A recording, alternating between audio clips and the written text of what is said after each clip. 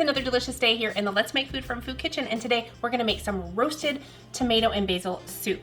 So I have my oven preheating to 400 degrees right now, and I need to get a baking sheet and some parchment paper. Okay, I've already rinsed my tomatoes, rinsed them, washed them, whatever you wanna call it. I'm going to just slice them in half and put them on my roasting, baking, cooking cookie sheet. And this is pretty quick. You'll need about 8 cloves of garlic. And I say about because they're always different size, right? You got big ones and little ones. So whatever you think equals about 8 medium cloves of garlic. I've got a mixture, some small, some big, you know, so I think I have 9 because a couple of them are really small. There we go. Now, that part was really quick. I've got fresh basil from my garden, so I'll be preparing that in a little bit. I have garlic and I have olive oil. So I'm just gonna take my garlic cloves whole. I'm gonna rinse the one that fell on the floor when you're not looking, and just put them on here, okay? Then I'm gonna take my 3-ish tablespoons of olive oil, and I'm just going to drizzle it on there, okay? Pretty simple. You don't have to use all 3 tablespoons if you don't want to. Okay, I think that's good for me. So there's maybe a teaspoon left. I'm going to take my kosher salt and sprinkle it on top.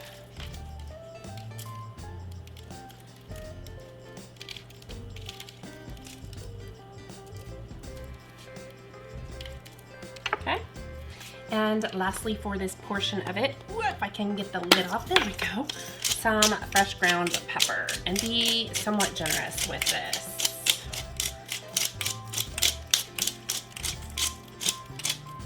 Okay, I'm gonna put these in the oven for about 45 minutes. While that's cooking, we're gonna prepare our onion. Okay, now we're ready to do the onion. I am going to just take off the ends and this outer layer, set it aside, and we're going to chop it up. This is a sweet onion. You can use a yellow onion, a sweet onion, whatever you have. Lately at the grocery store, they haven't had a lot of yellow onions. They've had white and red. I hate calling them red, they're purple. And sweet onions, but not a lot of the yellow onions. One of the stores anyway, the one that's closest to me, that has been the case. So I'm just gonna dice them up. It doesn't have to be super small. You're gonna put them in a food processor or a blender, or you're going to use an immersion blender. Whatever you have will work just fine. I've got my pan heating. I've got about 1.5 tablespoons of olive oil. You just wanna get the pan coated so your onions don't stick. And I'm just going to toss these in here. And I just want to cook them until they're transparent. And while that's cooking, we can prepare our basil. Okay, I'm going to give these a quick stir. And we're just going to keep an eye on them because, like I said, we just want them to be translucent, and then we'll turn it off. Okay. Now, for our basil, you need about 1/2 cup. I got this out of my garden. They sell basil at the grocery store. In a pinch, you could use dried basil. Okay. Sometimes if you pull them this way, you can get them all off, but then it leaves like stringy stems, so that's why I tend not to do it that way. I've talked about it before. I did a video on how to use some herbs, and basil was one of them. And one of the things that I talked about was with basil, don't cut it with a knife, tear it with your hands. Because if you cut it with, I mean, if you're gonna cook with it immediately, it's fine to cut it with a knife, but it'll start to turn brown on the edges where you cut it if you choose to cut it. Okay.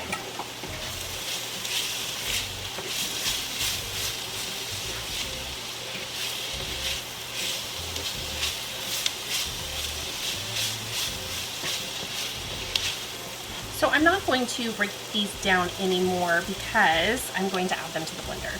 And once your tomatoes are done roasting, you're gonna let them cool for about 10 minutes before you use them.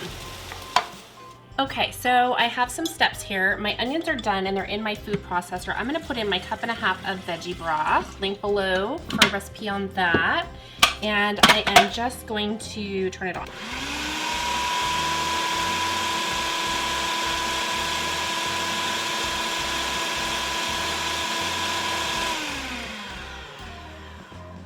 So for that portion, I am just going to pour it into my pot.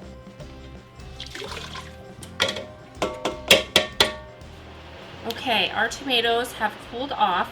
I'm gonna go ahead, they're not totally cool, so I'm gonna use this spoon. I'm gonna go ahead and put the tomatoes and the garlic all in my blender. I guess it's a food processor, not a blender, huh?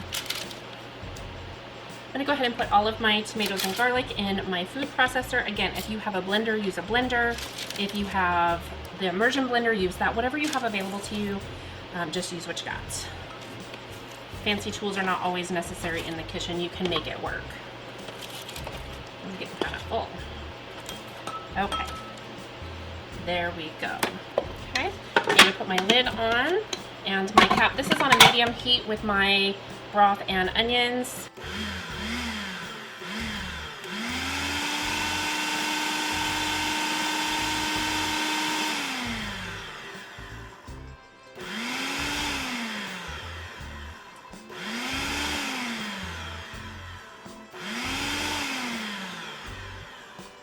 Okay, that part's done. I'm gonna add in my basil.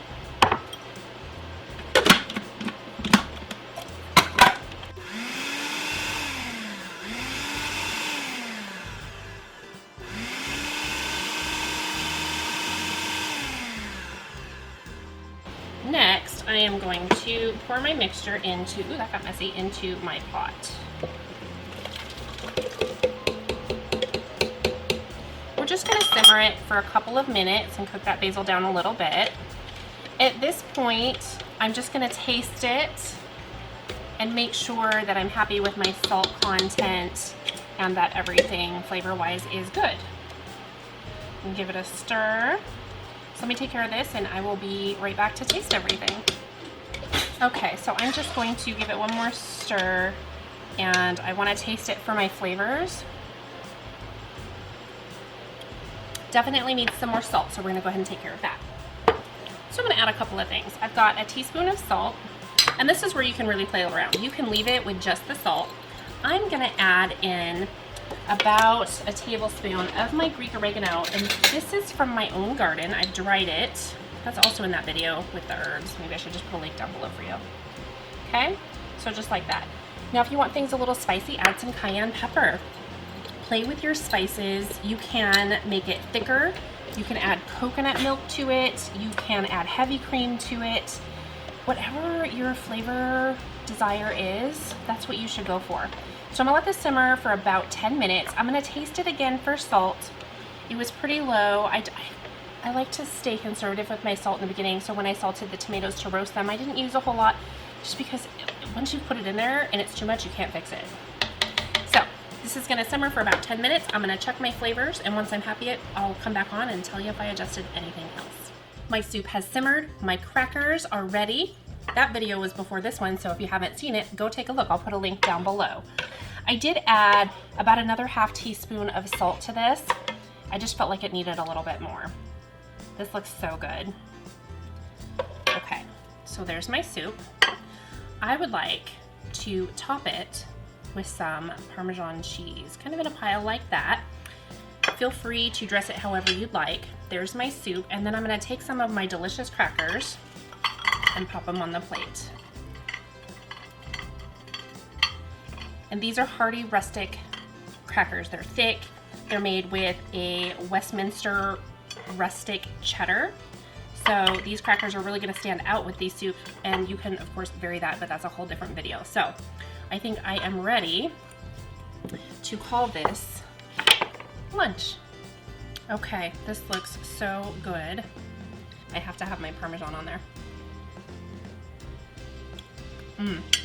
Ooh. All of those flavors are just kind of coming. It started with tomato, then I got the basil and the little hint of salt that I added extra. Yummy. A cracker.